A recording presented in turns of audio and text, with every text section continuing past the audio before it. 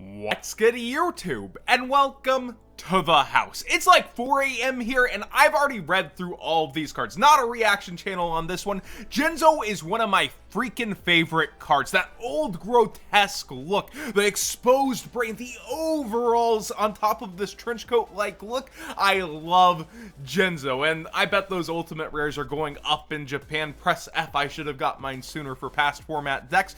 When we first saw this getting released in the new side set, well, the first piece of support wasn't all that great. I'm here to tell you the rest of it certainly is looking up. So let's go ahead and get into this and talk about it. Starting with Menacing Android Psycho Shocker, aka the Menacing Jinzo, and that's exactly what this card does. It menaces that Jinzo will be coming out. It's a level 7 Dark Machine effect, attack 2400, defense 1500. You can only use this card's effect once per turn. If either player controls a trap card, or there's a trap card in the graveyard, you can special summon this card from the hand, but then the level becomes 6 until the end of the turn. So no special shenanigans with rank 7 overlays. You're going down to 6 like regular Jinzo.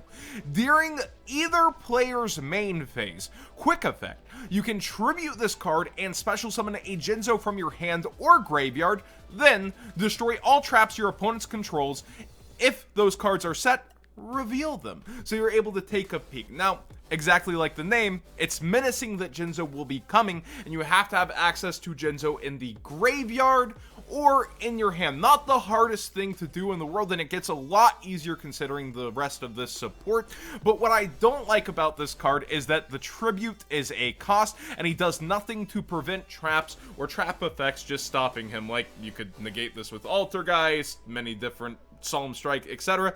I just don't like that he doesn't have any preventative, but he does gain an advantage versus traps being anywhere, period. So you can Foolish Burial Goods yourself something into the graveyard, and he's already summonable, even if you're not playing against a trap deck. The next card I actually do like. It's Psycho Bounder, a throwback to Reflect Bounder, and at first I was like, okay, what are they gonna do with the old 1700 guy that just threatened the people who were playing Injection Fairy Lily back in the day? Well, this level 4 Light Machine effect monster, attack 1700, defense 1000, can only use his effects once per turn. If this card's normal or special summoned, add one Jinzo or a spell/trap that specifically lists Jinzo from your deck to your hand.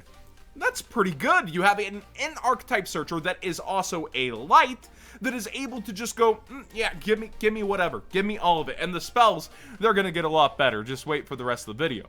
If another monster you control is attacked, before damage calculation, you can activate this effect, destroy the attacking monster and this card. So it's a little bit of a wall. I imagine you'll usually be linking this off, using it as an Xyz. You probably won't be leaving him on the field, but it's really nice that he gets his effect on normal or special summon. I like that, you know, it's not restricted in how it's going to get its search effect, and 100 points short of the typical searcher for an archetype. Poor Jinzos.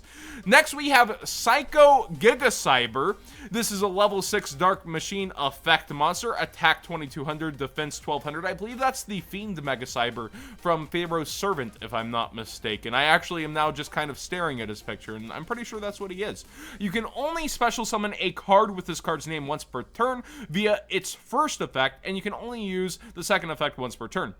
If your opponent controls more spell/traps than you, you can special summon this card from your hand. So if they set up, even if they're doing like Called by the Grave or anything, you can just go ahead and put him out, but he still relies on the opponent to get there, unless you're putting stuff in their back row, which we'll talk about in a bit. If you control a Jinzo, when this card declares an attack on your opponent's effect monster, you can tribute this card, place that opponent's monster face up in the opponent's spell and trap zone as a continuous trap card.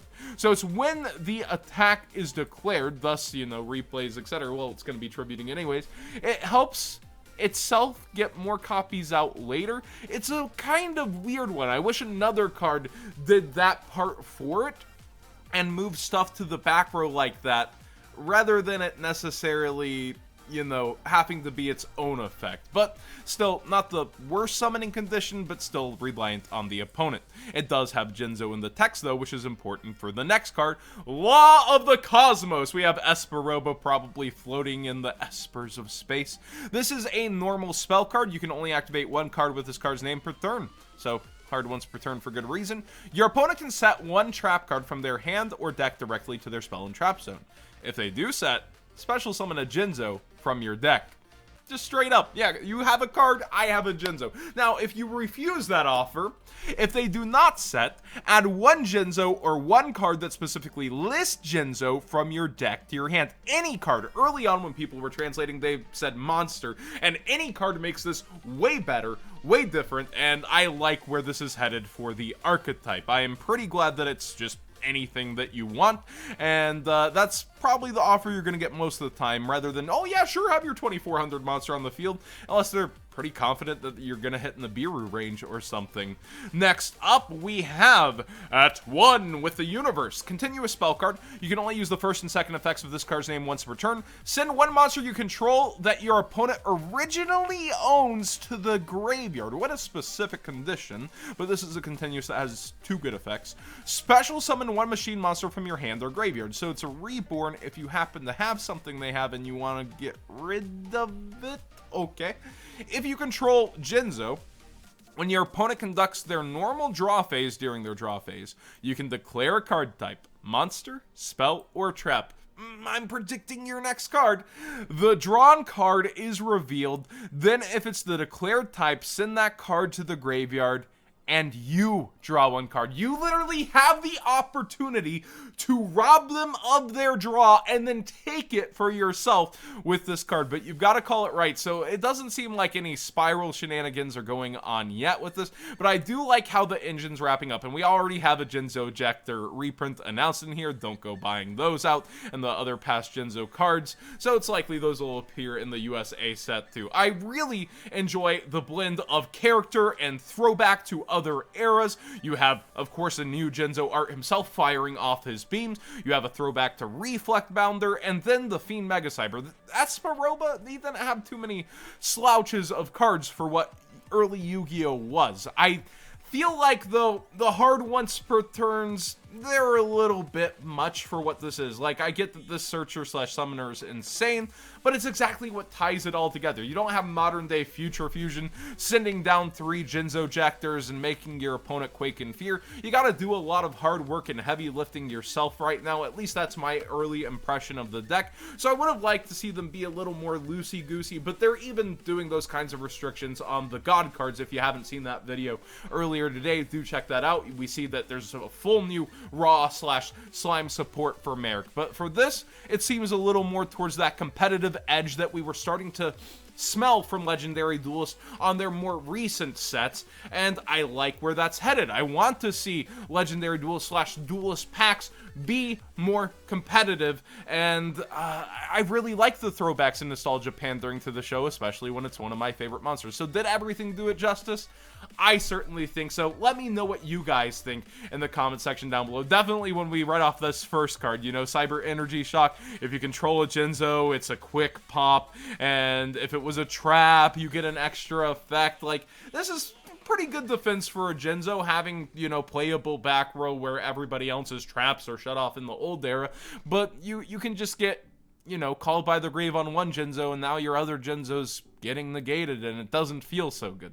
Points aside, modern Yu-Gi-Oh! Is definitely a different beast than 2400 man blocks all your traps, punches you, and goes in, but this support, you know, it's showing like, hey, we can do this, we can get the search, we can go ahead here, and this is kind of crazy modern Yu-Gi-Oh! So I get where Konami has to. I'm just a little bit biased, if I'm honest. Thank you so much for watching. Please subscribe if you haven't already. If you're doing any bad buyouts around the news, please use that TCG player link in the description down below, costing you nothing extra and supporting the channel directly for the cards you'd already be buying. And I really do want to know what you guys think, because I've seen other comments like, you know, Konami's nostalgia gripping too much with these sets, but isn't that what a duels pack always has been slash should be? Like, they should be looking at the show, they should be looking at the characters, and I've always wanted more cards that really included the characters, or at least alluded to them within the cards themselves. So I like this aspect of the cards, like, especially for collectability, but,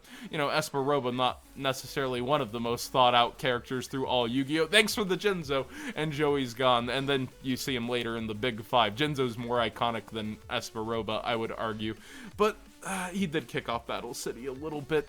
I know I'm rambling a little, but I'm just, like, really happy that one of my archetypes gets this kind of a look. Well, not even types. I love when that singular card does get drawn out into a further archetype, and Jinzo was one of the first to slowly do that, but they've given it the proper love here, I feel like. This is the right look where it's not, like, just insane, gonna take out the meta, but you can see tinkering with it as an engine. You can see that maybe I can make this as a deck as well, and it could actually get to a regional top depending on the matchups and how it does. I like that kind of approach when it comes towards these cards, and I'm personally a fan of it. But if you disagree with me, that's also fine. I know some people just want new designs, new cards, to see what Konami comes up with next. I like circling back around and seeing stuff like this for sure. That's just me, though.